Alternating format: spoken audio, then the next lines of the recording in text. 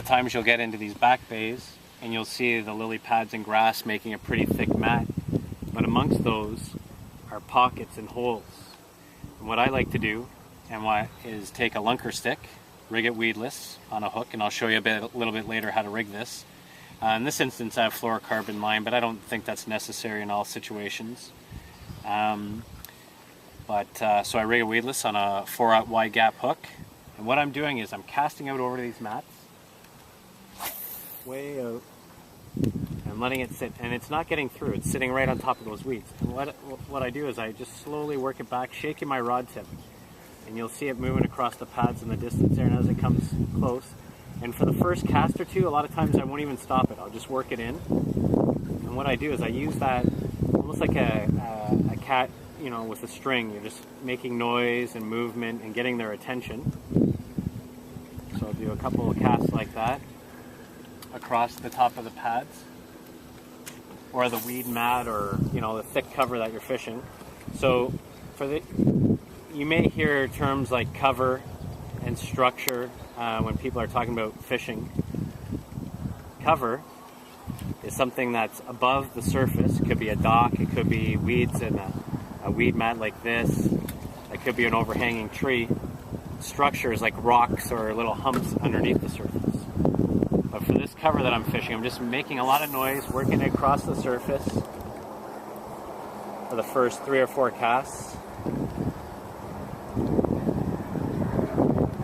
And then what I'll do is when I get to the edge, I'll just stop and let it sit. And what happens a lot of times is the fish will come from way back in the mats or the pads up to the front edge, because I've called them out making all that noise with the bait on top.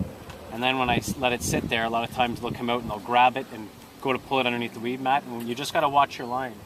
And when you get bit, set the hook.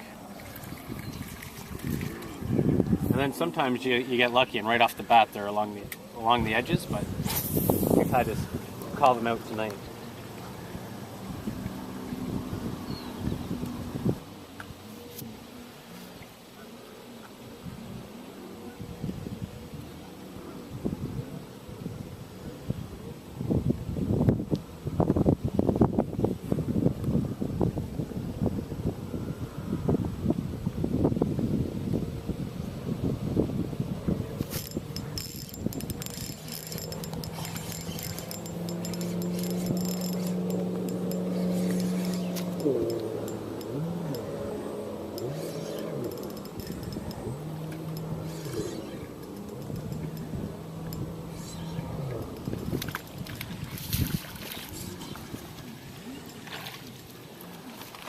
You know, not a huge fish, but you get the idea.